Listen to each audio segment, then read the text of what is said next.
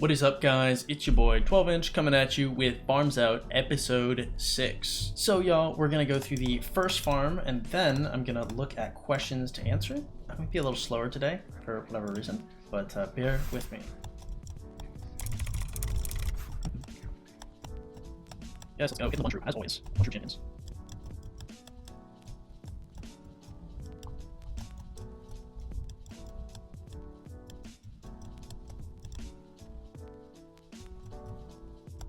Okay, let us answer these questions. We're gonna go on the last video. The first question is from, I guess it's a comment actually, from Kaldry. Basically says, you wouldn't beat your record and the game is harder. I've watched all your streams from your restart. Was playing back then as well and restarted myself. You got your record by spawn chaining. You can't spawn chain anymore. They took it out of the game. You can't spawn in level 10s and 11s and 12s anymore. It just doesn't work. The game right now this second is much harder than it was even a year ago. Your record is impossible right now for that very reason. It's impossible for even low spenders to beat your record unless they're in Alliance. Gift level 25 plus pre-KBK1 because of spawn chaining. They really did make it hard.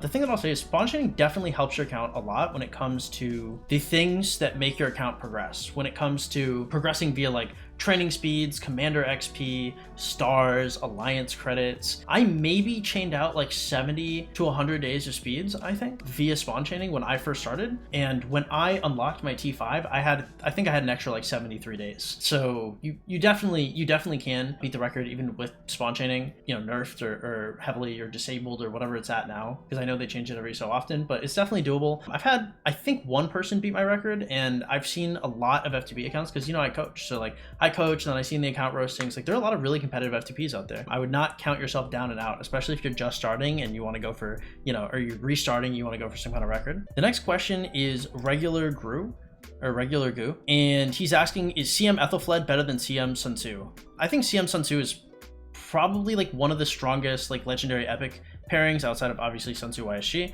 CM Sun Tzu is like pretty disgusting. Also, if you're using CM Sun Tzu, you probably don't have Ethel expertise because CM Sun Tzu is like a KVK 1 to 2 march. So for KVK, you know, whenever you finish Ethelfled, you're probably not gonna have it. And the final question is from Wolf23 asking, is it worth maxing Scipio if you have a 5-5-5-1 even though the new meta is Smite?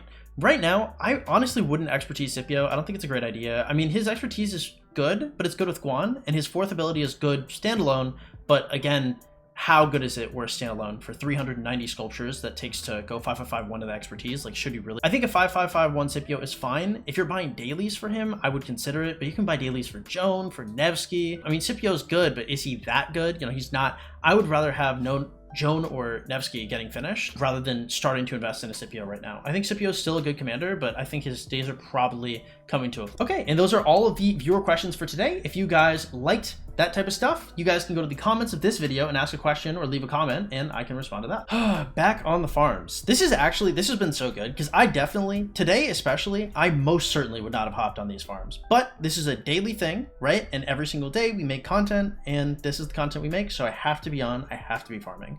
Thank God I would not be doing this. I'm so bad at staying consistent on my farms, but this has definitely helped a ton. And then after this, like once you send out like your alliance like territory resource site, and once you send out your one troop, like, you know, you just have to hop in and send out 3 things like every couple hours. That's really easy. That is a very non-taxing experience. Just kind of annoying the first time, and honestly, you know, if we're already here all doing it together, because I assume you guys are also sending it out. Like if you're watching like FarmsOut, you can just, even if you're on mobile, right, you just have me like on the little corner while you're sending out your farms, and honestly, you should probably be sending them out faster than I do. I take forever. I didn't even have presets. God, I'm actually a terrorist for that. God, I'm so excited for this next KVK. It looks like we have decent opponents. It looks like some of the other imps aren't locking with each other right now. So I don't know when we're going to be able to go into the next KVK, but honestly, like if 1534 like did not have to do a farming KVK, like that KVK was probably about to be nuts. Like it was pretty good. Like there's a decent amount of fighting in it. So it's really awesome to see that versus like how many resources I have on hand, how good I'm being with my farms. Man, I'm about to smash the next KVK. I'm very excited and have so much good content too. My God. Yeah, I also saw somebody asking like, what level should these be? What do you focus on getting? Honestly, at the end of the day, like you need CH25 so you can bring them into the Lost Kingdom, and you probably need T4 if you ever want to feed with them. But other than that, like when people talk about like gathering speeds and stuff, I mean, you can work on and like max out like all your econ tech on your farms. The thing is just how often are you on?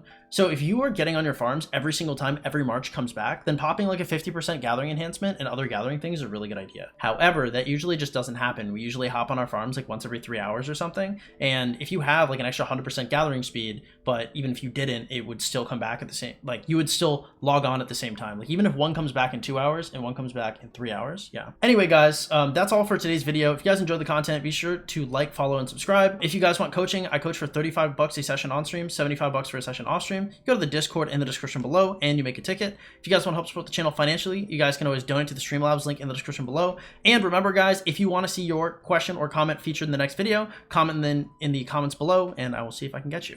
Have yourselves an absolutely wonderful day, and I will see y'all in the next episode of Farms Out.